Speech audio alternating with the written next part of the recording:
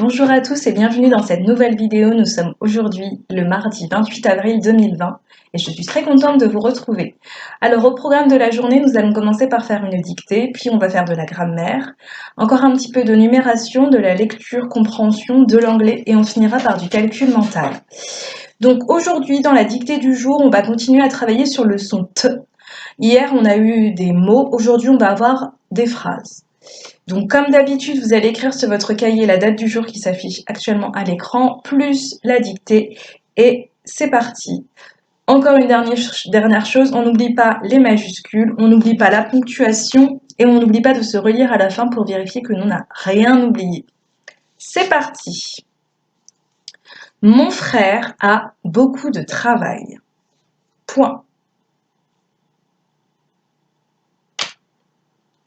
Mon frère a beaucoup de travail. Point.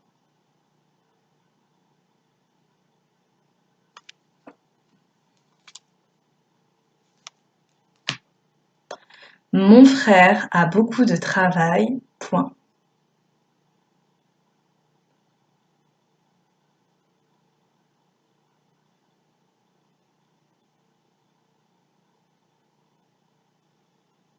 Mon frère a beaucoup de travail. Point.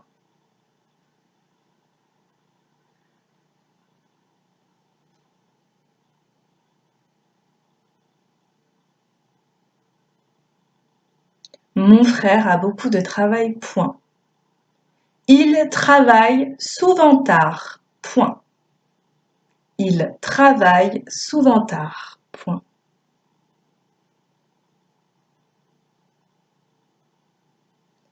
Il travaille souvent tard. Point.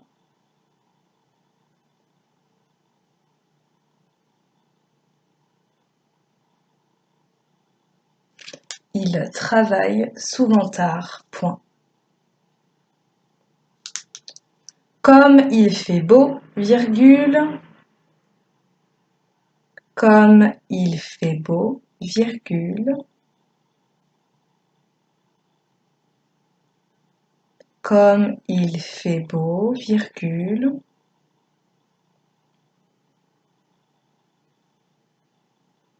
Comme il fait beau, virgule. Il est dehors. Point. Comme il fait beau, virgule, il est dehors. Point.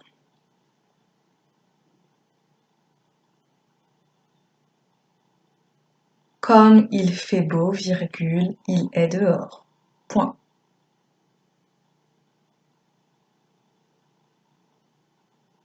Comme il fait beau, virgule, il est dehors. Point.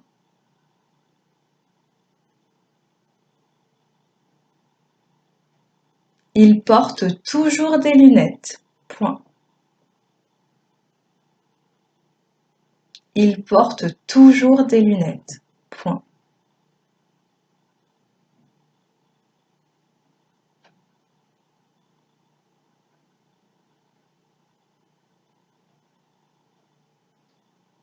Il porte toujours des lunettes.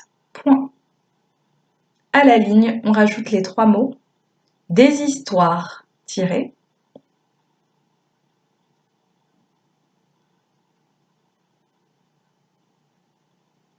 Des histoires tirées. Autres.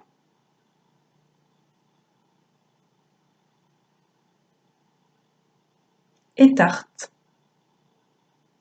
Des histoires, autres, tarte. Je vais répéter la dictée depuis le début. Mon frère a beaucoup de travail, point. Il travaille souvent tard, point. Comme il fait beau, virgule. Il est dehors, point. Il porte toujours des lunettes, point. Des histoires, autres et tarte.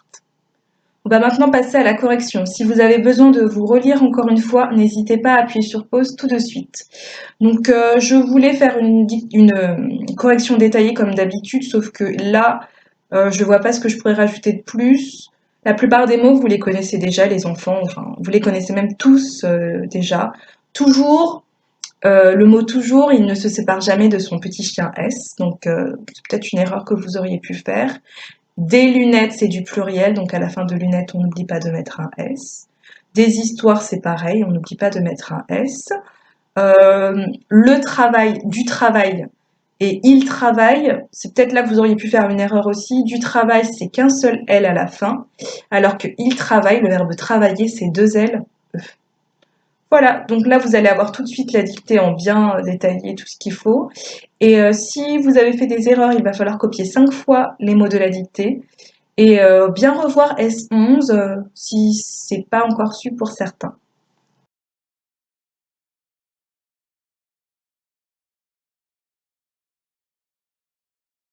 Alors maintenant qu'on a fait la dictée, on va passer à la grammaire. Donc aujourd'hui, en grammaire, on va retravailler sur le genre du nombre. Donc comme on l'a vu hier, on a vu que le nom, il pouvait être soit au singulier, soit au pluriel, c'est-à-dire son nombre. Aujourd'hui, nous allons retravailler sur le genre du nom, c'est-à-dire qu'il soit féminin ou masculin. Un nom qui est au féminin, il a le déterminant qui est devant pour indiquer sa nature. C'est-à-dire que si on a le devant, le nom, on saura que ça sera du masculin. Si on a la devant, on saura que ce sera du féminin. Si on a par exemple le mot des chiens, ça marche. On dit un chien ou une chien. On dit un chien. Donc un chien, ça sera masculin. Des chiens seront masculins. Alors, je vais vous proposer 3 exercices à faire en grammaire. Le premier exercice, il va falloir compléter les phrases avec des noms proposés. Donc, en fait, vous allez avoir 4 phrases et il va y avoir un trou. Vous allez devoir remplacer le trou par un mot que je vais vous proposer. Donc, ça sera soit père, mère, ami avec un E ou ami sans E. En fonction du contexte de la phrase et du déterminant qui est devant, vous allez pouvoir savoir quel nom vous allez mettre. Donc, exercice 1, il va falloir remplacer les trous par 4 mots que je vous propose. Exercice 2, vous allez devoir remplacer le L apostrophe par une ou par un. L apostrophe, c'est lorsqu'on l'utilise lorsqu'on a un H ou lorsqu'on a une voyelle derrière. Par exemple, l'oiseau, il y a un O derrière. Hiver, on a un H. Je dis un H parce que le H, on l'entend pas. Dans hiver, on ne dit pas hiver, on dit hiver, mais il y a bien le H devant. Donc lorsqu'on a un H ou une voyelle devant un L, on ne va pas dire le hiver ou le oiseau, on va dire L apostrophe. Donc à partir de ce moment-là, on ne peut pas savoir si c'est du masculin ou du pluriel, sauf si on utilise un ou une. Par exemple, l'hiver, est-ce qu'on dit une hiver ou un hiver? Ça sera à vous de le dire. Donc ici, ça sera un hiver. L'oiseau, est-ce qu'on dit une oiseau ou un oiseau? De la même manière, vous devrez dire que c'est un oiseau. Donc dans cet exercice-là, je vous le répète, vous allez devoir remplacer le L apostrophe que je vous mets et mettre un ou une à la place. Donc un pour masculin, une pour féminin. Enfin, dernier exercice où vous allez devoir recopier un texte. Dans ce texte, vous allez devoir me souligner en bleu les noms qui sont en masculin et en rouge les noms qui sont au féminin, tout simplement. Donc juste après, vous allez avoir les 3 exercices. Donc lorsque vous êtes sur la page d'exercice, n'oubliez pas d'appuyer sur pause parce que sinon vous allez avoir la correction directement. Exercice, correction, exercice, correction, exercice, correction.